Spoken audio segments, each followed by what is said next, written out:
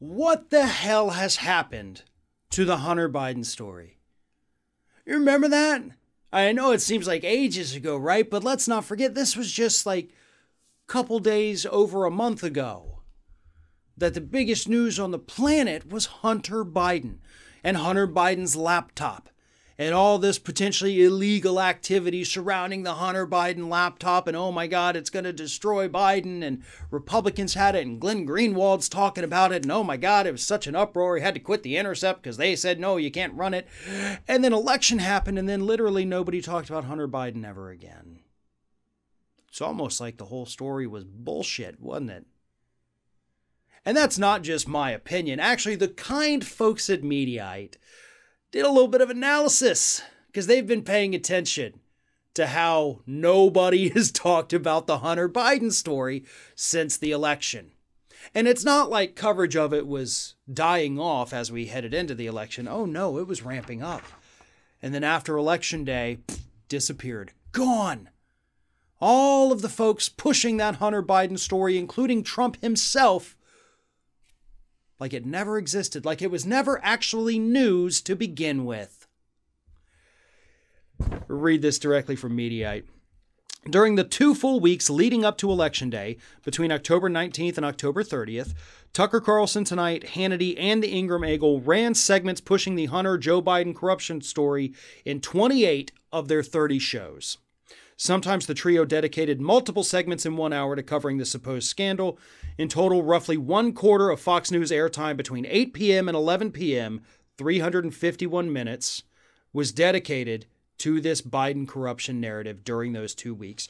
351 minutes in 2 weeks before the election between 3 shows on Fox News.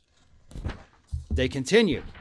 No host in Fox Primetime was all in on Biden corruption as much as Carlson. He led the pack with an astounding 190 minutes spent on various aspects of the story, followed by Hannity's 108 minutes and Ingram's 53 minutes.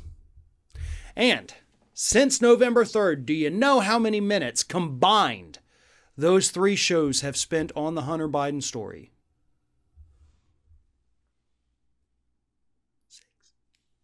6 minutes.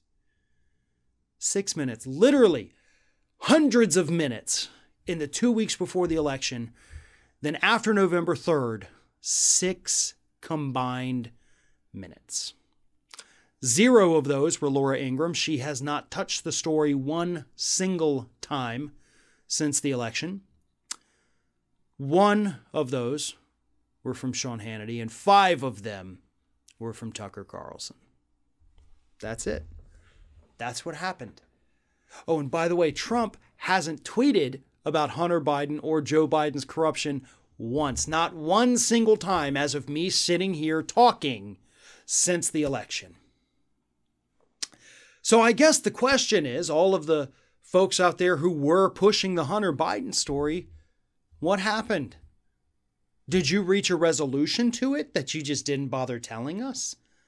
You know, I mean, is there anything you want to add to it? Did Tucker Carlson ever get his hands on his missing Tucker Carlson documents? You know, we never got the resolution to that, folks. You can't leave these threads just hanging out there. We want closure. We want to know what happened with the story. So please tell us, Glenn Greenwald. Come on, dude. You left your job at The Intercept over this story. And where is it? Where's the story? The story's the same place where all the voter fraud is, folks. In the land of make-believe, where nothing really matters and people just make stuff up because it suits their political agenda. Listen, I have repeatedly said, by the way, that I am all for a Hunter Biden investigation. There is no place for corruption in the government. There is no place for corruption in the families of people running the government. I'm sorry, but we have to have strict standards for these people. And if there is believed to be corruption, investigate it. I don't care. I don't care if you're investigating Democrats or Republicans. If you think there's corruption, investigate it. More power to you. But this thing was looked at. And that's the thing most people don't quite understand. Republicans had pushed this. Republicans investigated it. The DOJ looked into it, and they already didn't find anything. So anyone who was pushing this story even after all of that nonsense and then stopped after the election, they were 100% pushing a story they knew wasn't accurate.